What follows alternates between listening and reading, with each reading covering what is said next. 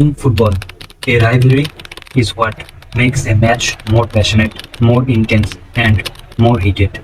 Because here it's not just the game, it's the prestige that is on the line.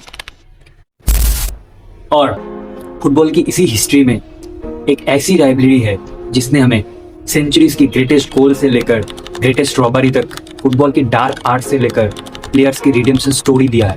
और in fact इस rivalry ने football को reshape करने में एक बहुत बड़ा रोल प्ले किया है। And this is Argentina versus England, the blood feud of football. पर सबसे इंटरेस्टिंग फैक्ट क्या है पता है? इन दोनों टीम ने आपस में शायद मुश्किल से 5 या 6 कॉम्पिटिटिव मैच खेले होंगे और पिछले 21 साल से इन दोनों ने कोई भी मैच नहीं खेला है। And the last time they played a competitive match was in 2002। यही रीजन है कि इस राइवलरी के बारे में उतना बात नहीं होता। लेकिन जब भी ये दोनों टीम आपस में आए तब हमें बड़े मोमेंट्स, कंट्रोवर्सीज या फिर फुटबॉल पिच को एक वार जोन बना दिया है। 16 जुलाई 2026 Argentina stepped onto the pitch in Atalanta to play the semi-final against England, जहां पर कैजुअल फैंस के लिए ये सिर्फ एक मॉडर्न डे हैवीवेट मैचअप था। वही those who are watching football from a long time and follow the sport closely knows ये हिस्ट्री की वो सोई हुई राइवलरी है जो 24 साल बाद फिर से अपना नया चैप्टर लिखने के लिए तैयार था। Lionel Messi, who already won everything that is possible for the Argentina national team, is going to face England for the first time in his career.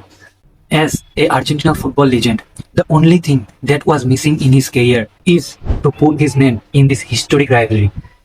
But to understand all these things, ये पूरा history समझने के लिए हमें जाना होगा time पे थोड़ा आगे, that is 1966। 1966 world cup quarter final Argentina face करने वाले थे होस्ट नेशन इंग्लैंड को in the legendary Wembley stadium. Match पहले से ही बहुत एग्रेसिव ब्रूटल चल रहा था। इंग्लैंड ने खुद उस मैच में 30 फाउल्स किए एंड द रेफरी फ्रॉम ओएस जर्मनी रूडोल्फ क्रेटलिन को मैच को अपने कंट्रोल में रखने में बहुत ही ज्यादा प्रॉब्लम फेस करना पड़ रहा था। And then came the moment that ignites the entire history of this matchup। 30th minute के आसपास Argentina captain Antonio Rattin referee के पास कुछ बातचीत करने जाते हैं अपने ही टीममेट्स को एक वार्निंग मिलने की वजह से। लेकिन क्योंकि एंटोनियो रेटिन सिर्फ स्पेनिश बोल सकते थे and the referee only speaks English and German, referee उनके गेस्चर और बॉडी लैंग्वेज को गलत इंटरप्रेट करते हैं और उनको पिच से बाहर का रास्ता दिखाते हैं। कंफ्यूज्ड और स्टन्ड रेटिन पिच से बाहर जाने के लिए मना कर देते हैं और पिच पे खड़े रहते हैं और ये मैच 8 मिनट तक बंद रहता है। आखिरी में उनको पिच से बाहर ले जाने के लिए पुलिस को आना पड़ता है और उनको एस्कॉर्ट करके पिच से बाहर लिया जाता है। लेकिन पिच से बाहर जाते हुए उन्होंने कुछ ऐसा किया जो कि इंग्लैंड फैंस के लिए शायद आज भी एक बहुत बड़ा इंसल्ट के तरीके से देखा जाता है। पिच से बाहर जाते टाइम एंटोनियो रेटिन कॉर्नर फ्लैग को अपने हाथ से मरोड़ देते हैं and the problem is the corner flag is used in this match is a British national flag. And the second thing is वो पिच से बाहर जाते हैं and set down in the red carpet जो कि बिछाया गया था क्वीन एलिजाबेथ के लिए। एक 10 मैन अर्जेंटीना साइड के अगेंस्ट इंग्लैंड ने 1-0 विन ले लिया। लेकिन वहीं पे ये ड्रामा खत्म नहीं होता। मैच के बाद जब प्लेयर्स अपने जर्सीज को एक्सचेंज करते हैं तब इंग्लैंड के कोच सर अल्फ रामजी खुद फिजिकली आते हैं अपने प्लेयर्स को रोकने के लिए to exchange the shirts with the Argentine players and later he described the Argentines with the word animal. In Argentina this match is forever known as एल रोबो डेल सिग्लो which means the robbery of the century, क्योंकि उनका मानना था कि ये मैच होस्ट नेशन इंग्लैंड के लिए रिग्ड था। लेकिन ये मैच का स्टोरी यहीं पर खत्म नहीं होता। इस मैच को देखते हुए इंग्लैंड रेफरी केन एस्टन रियलाइज करते हैं कि फुटबॉल में रेफरीज का कम्युनिकेशन के लिए प्लेयर से एक कॉमन लैंग्वेज या साइन लैंग्वेज होना चाहिए। एंड केन एस्टन की इसी आइडिया से फुटबॉल में yellow card and red cards का इंट्रोडक्शन होता है ताकि लैंग्वेज बैरियर को दूर किया जा सके। एंड 1974 में FIFA introduces the cards in the next world cup. इस मैच के 20 साल बाद 1986 अर्जेंटीना फेस करने वाली थी इंग्लैंड को वर्ल्ड कप के एक और क्वार्टर फाइनल्स में। लेकिन इस मैच की स्टोरी शुरू होती है 1982 से। Argentina and England fought a war over A island in the Mexico. And उस आइलैंड को इंग्लैंड में फॉकलैंड आइलैंड के नाम से जाना जाता है। वही अर्जेंटीना उस आइलैंड को लस मल्विनास के नाम से पुकारते हैं। इस वॉर में अर्जेंटीना के 900 जवान मारे गए, जो कि माना जाता है कि बहुत ही यंग एज के थे। वही इंग्लैंड के 250 सोल्जर्स अपना जान गंवाते हैं। This war goes to England's favour क्योंकि अर्जेंटीना सरेंडर कर देते हैं। सो 4 साल बाद जब अर्जेंटीना इसी मैक्सिको में इंग्लैंड को फेस करने वाली थी, तो अर्जेंटीना के लिए ये सिर्फ एक मैच नहीं था, ये था एक मौका to get the revenge of that war. And the man chosen to deliver the revenge was Diego Armando Maradona. 50th minute तक ये गेम 0-0 पे एकदम डेड ब्लॉक चल रहा था। तभी इंग्लैंड के एक डिफेंडर्स के ब्लॉक से बॉल लूपिन होके ऊपर चले जाता है और वो इंग्लैंड के गोलकीपर के पास ही जा रहा होता है। तभी Maradona decides to go against the England goalkeeper Peter Shilton, जो कि 6 फुट 1 इंच का थे और वही माराडोना 5 फुट 5 इंच का। Maradona jumps to win the ball, लेकिन जब उनको रियलाइज होता है कि वो ये बॉल सिर्फ जंप करके अपने हेड से जीत नहीं सकते, then he used his hand and wins the ball against the England goalkeeper and the goal goes into the net. And here Maradona uses his actual brain. He immediately starts celebrating और अपने teammates को जाके बोलते हैं कि मेरे साथ celebrate करो, नहीं तो ये गोल डिसअलाउ हो जाएगा। And that works. The referee allows the goal.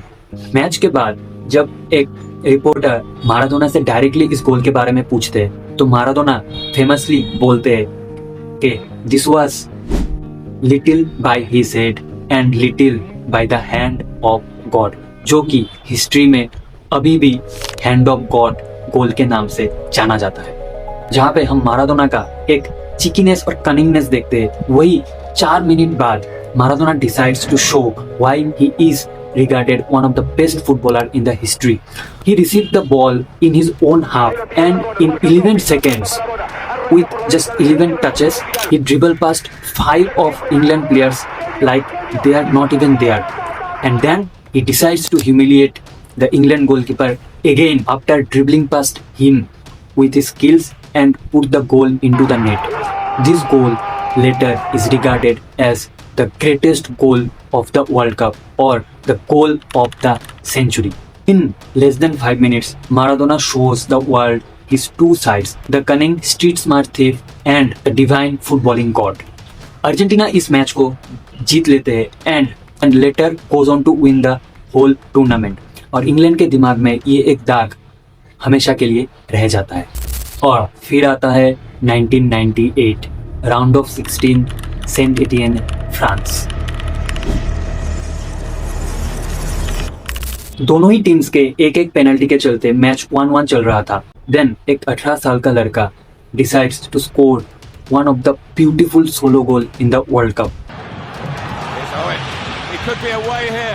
Michael Owen, 18-year-old, has electrified the world. It's a wonderful goal. And this is how Michael Owen announces himself in front of the world.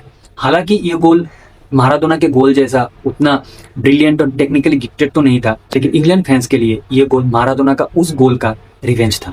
Half time से ठीक पहले Argentina के एक cheeky free kick की वजह से match 2-2 level हो जाता है, लेकिन just minutes into the second half the game become toxic.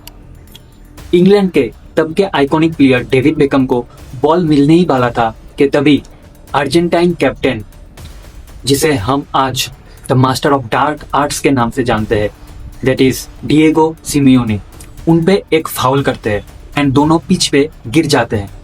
उठते time Diego Simeone David become के सर पर एक टैप करते हैं and this is a trap and David become fails for it.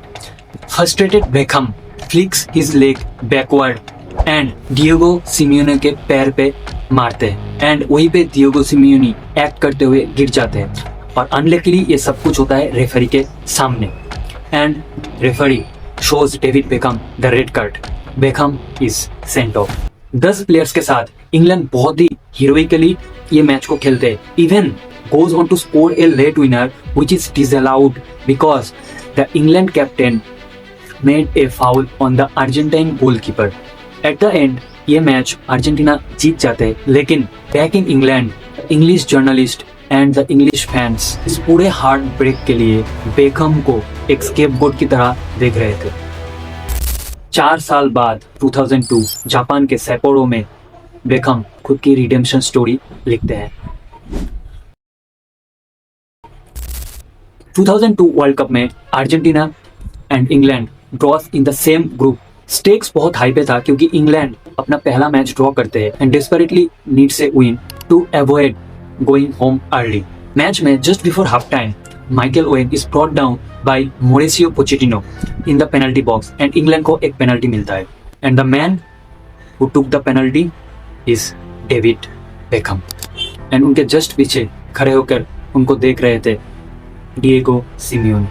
Penalty लेने से पहले सिमियोने आगे जाते हैं और बेकम से हैंडशेक करने की ट्राई करते हैं, लेकिन बेकम जो एक बार उनके डार्क आर्ट्स में फंस चुके थे इस बार उनको कंप्लीटली इग्नोर करते हैं and goes on to score the penalty. Beckham runs to the corner, celebrate with pure passion and finally his redemption is completed. Back to present day, the latest chapter of this rivalry is already written in Mexico.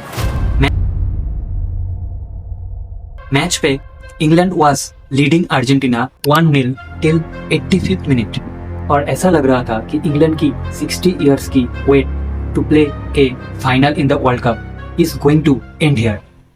But the gods of football, or should I say the god himself, has some another plans in his pocket.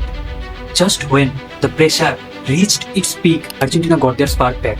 At the 85th minute, Enzo Fernandez scores a banger to equalize the scoreline 1-1.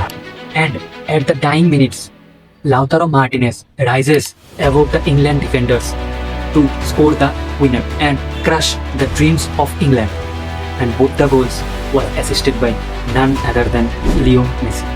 Helped the Argentina team return to winning ways and reclaim the upper hand over England in this arch rivalry. London के red carpet से लेके एस्टेगा के hand of God, Saint एटियने के dark art से लेके Tokyo की redemption story, and now the modern drama in Atlanta. 60 years of history to a single 90-minute war, and for now La Albiceleste has the upper hand over the three lions in this rivalry as Argentina walks into the final by stepping onto the dreams of England. Now Argentina and Messi is just one step away to write another history. What do you think will happen in the final? और video अगर पसंद आई तो एक like और comment ज़रूर करना ताकि ये वीडियो और भी फुटबॉल फैंस के पास रीच कर सके. बाकी मैं मिलता हूँ आपसे बहुत ही जल्द एक और नए वीडियो के साथ. तब तक के लिए माई सेल्फ प्रलय साइनिंग आउट.